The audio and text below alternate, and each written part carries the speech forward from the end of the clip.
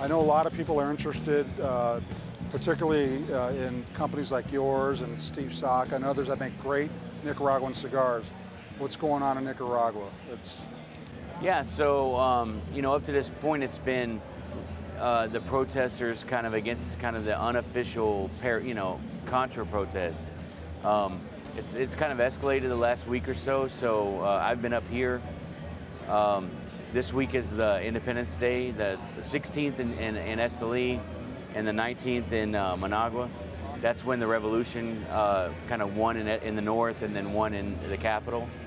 So today I heard they sent some troops to Granada. I think they're really trying to suppress the protests. So either there's going to be a lot of violence and they're going to suppress it, or the violence is just going to cause more of it. So it's probably not going to end anytime soon.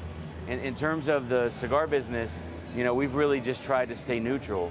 Our focus, I mean, regardless of the political situation, you know, the 67 people that work for me, you know, 45 of them are mothers, and something like 25 of those are single mothers, right? 30 of them. So for us, it's, you know, it's about having a job, buying the groceries, putting a roof over your head, and you don't have time for politics when you wake up at 5 in the morning and then you do everything yourself, right? So for us, you know, fortunately, we haven't had a single employee miss a single day of work since the whole thing started in April. You know, my job's kind of shifted from being focused on everything that's going on in the factory from a work perspective to kind of being more of like a social worker.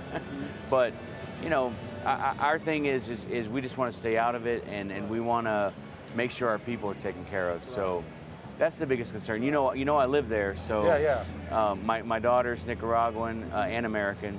So it's just, you know, it's every country goes through these kinds of things as they develop. And either they get past them or they don't. They get stuck like Cuba did, or they get stuck like Venezuela did. Really, the reason why these things are going on is because Nicaragua has been so successful. You know, when the country had nothing, the type of government that they had was very appealing to very poor people. Right. But now that, you know, there's a growing middle class and there's jobs, there's full employment, now people have the luxury of spending a little bit of their thought process on politics. Right. Right? So, I mean... What's that? So they're really just pushing for more liberty, they're pushing for more opportunity, they're pushing for less corruption.